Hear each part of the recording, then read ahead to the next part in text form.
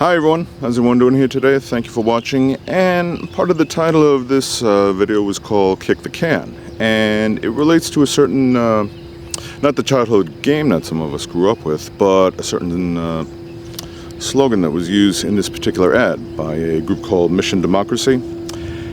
And unfortunately it paints America and things that are going on today in a rather chilling effect. And before I get into it, just watch the ad and see for yourself what I mean. Wrong is just wrong. You know it when you see it. But it's by Toni Morrison. She won a Nobel Prize for literature. We know better. But it's hard to know what to do. Easier to let it go. So you just kick the can down the road. Please, I didn't do anything wrong. It was a miscarriage. It's for the courts to decide, man.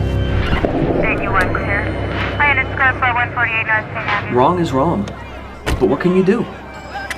They want you to think slavery was all bad, but slaves learned valuable skills, like being a blacksmith. That's racist and a lie. It's in the school curriculum, endorsed by our fine governor. It's ridiculous. What are you doing? Let go of me. Stop pushing me. Politicians who lie are manipulating you so they can gain or maintain power, turning families and friends against each other and often leading to violence. Surely you have to do something about that, don't you? Because if you keep kicking the can down the road, eventually you run out of road. Jews will not replace us! One people! One nation! End immigration! One soil! Stop! Those are racist and Nazi slogans. Just stop! Haven't I seen you around town holding hands with another man? That's none of your business. I disagree. Jews will not replace Please. One people! This is America! One nation! End immigration! One soil! Help stop MAGA Republican fascism before it's too late. Because the MAGA Republican vision of America is anti-American. Protect your freedom and our democracy by supporting Mission Democracy. Mission Democracy PAC is responsible for the content of this advertising. So what'd you think? Pretty chilling, huh, when you see it like that, acted out. And just seeing how bad things can really get. The worst part is, and it showed articles pertaining to it, this is not speculation, this is not hypothetical. It is not just history, it is happening, it is real. The book banning, trying to sugarcoat slavery and make it seem like, that there was an upside to it, a benefit to it for the African American population. And, where members on the right are becoming so radicalized that using force, pushing people around, bullying them, intimidation, and even getting physically violent towards them, people who don't get on with their program, that's become the norm. And towards the end, when you started seeing a race protest or a race riot, things that are anti-Semitic, promoting white supremacy or neo-Nazi. We've been seeing that going on in Florida, other parts, sort of a few years back in Charlottesville, where a young woman was killed, a counter-protester.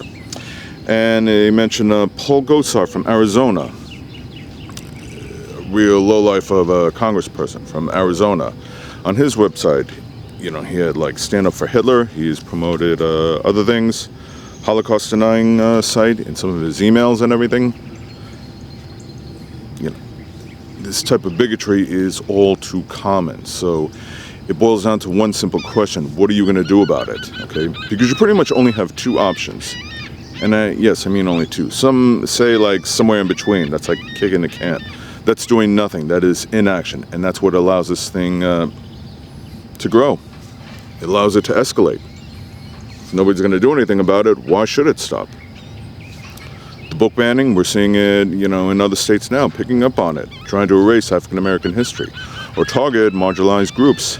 And this isn't just by a bunch of random people getting together. Lawmakers are getting on board with this. They're passing laws disallowing certain books, having book burning ceremonies. At night there's one where there are two lawmakers using actually flamethrowers to burn books. And they'll say it's about, education. No, it's about to whitewash history and just present it in a rather clean white version so they can indoctrinate the children. Yes, those are the true indoctrinators. And, you know, again, anything that's racially motivated, laws that are designed to target people of marginalized groups, in addition to people of color and certain religions. You also had the LGBTQ and the trans community, where, yeah, at one point, you know, that's none of the government's business. But to them, it's like, oh, no, we disagree. We think it is our business. If you allow this thing to progress, if you don't get out and vote, try and vote out the troublemakers, stand up to this corruption, it continues, and then before you know it, you find yourself in a position where those fascist ways, that corruption, starts to target you, starts to target someone close to you.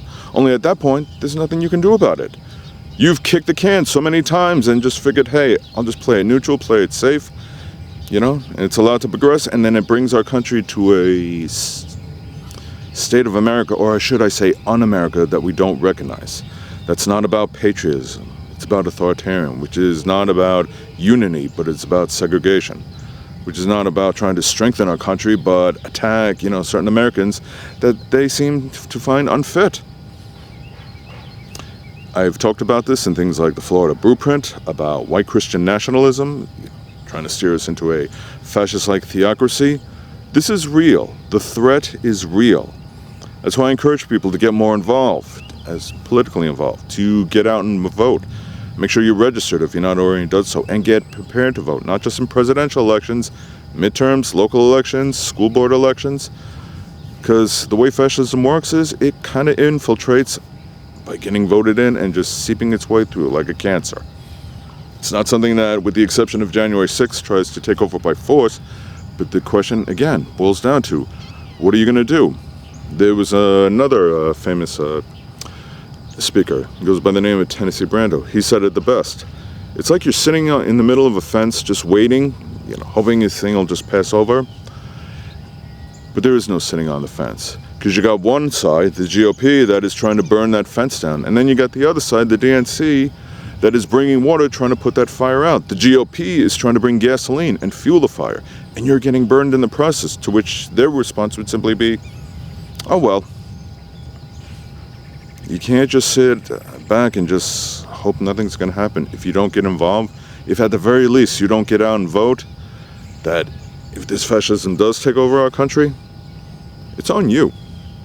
Not entirely on you, but, you know, you either had the choice to stand up to it or just ignore it.